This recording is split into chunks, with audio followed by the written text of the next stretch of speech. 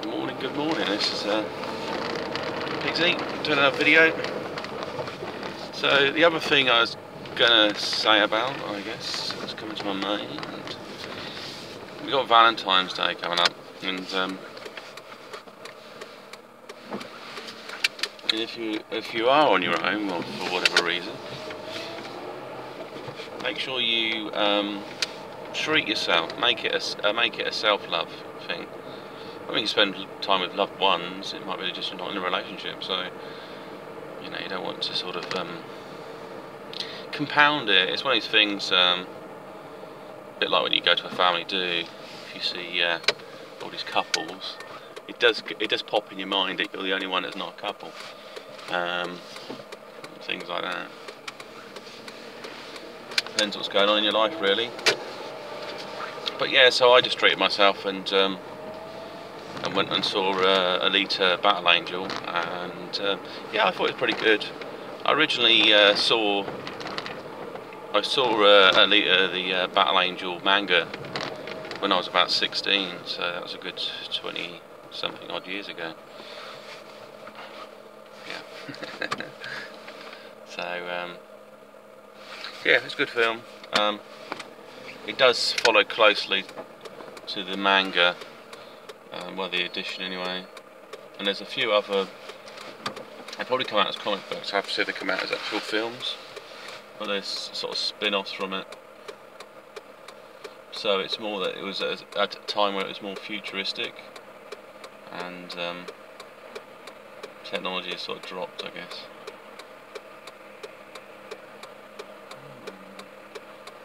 It's cars.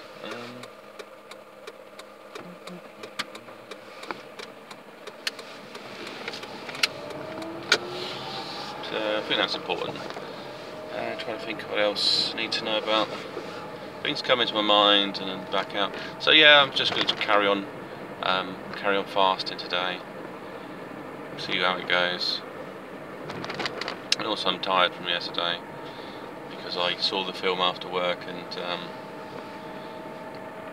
I didn't go to bed till about 12:30, and it's about 7 something now.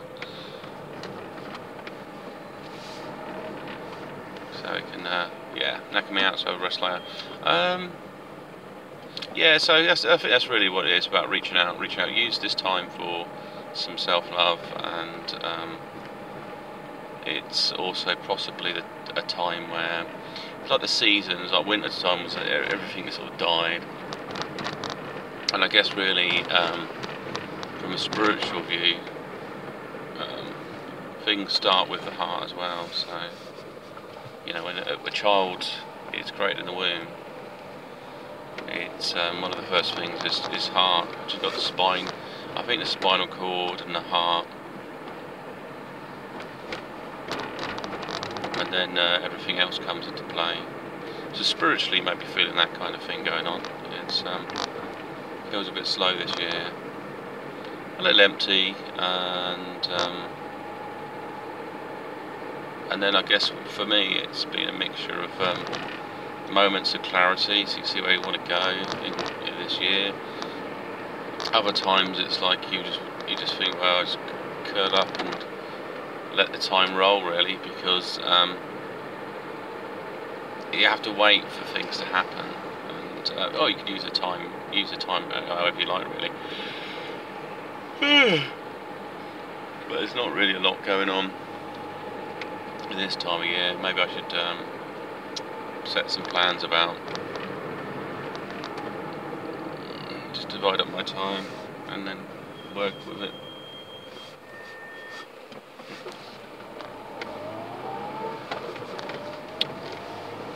So continue a path of yoga. I mean, that's always good as well, because once you have the feeling for it, so you can feel where your heart is, and you can sense the pressure of it, you then can kind of key into it, and it's a lot easier than I guess when you first try it out. And you can do it any time of the day then, so it's probably needs a few minutes, 5 minutes, something like that. So maybe I'll do that later, just just got to do a job now and take a time out and have a little rest and do some meditation. Maybe I just do a little bit of well, I don't want sort of too much energy, just a little bit travelling around. I don't want to play around too deep with my thoughts. Another thing that was quite annoying is that my dad's been going through a thing where he's a lot of what anxieties and stuff he brings up, and it doesn't stop, so they become a topic. And I've noticed that you kind of synchronise with people around you, you know, energy-wise, and so it's very hard. Somebody's got a chaotic energy, and you're trying to chill out and be peaceful. It's quite hard. So it's toxic. That's what it is. Toxic energy. And I think that's the other thing, is identifying what toxic energy is. Extreme emotions, basically,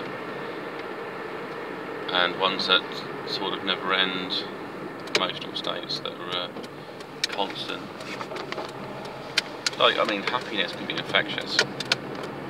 Nobody normally complains about that, but what if the person wants to be down in the dumps, or they're pessimistic? They're going to find it quite difficult to get along with you.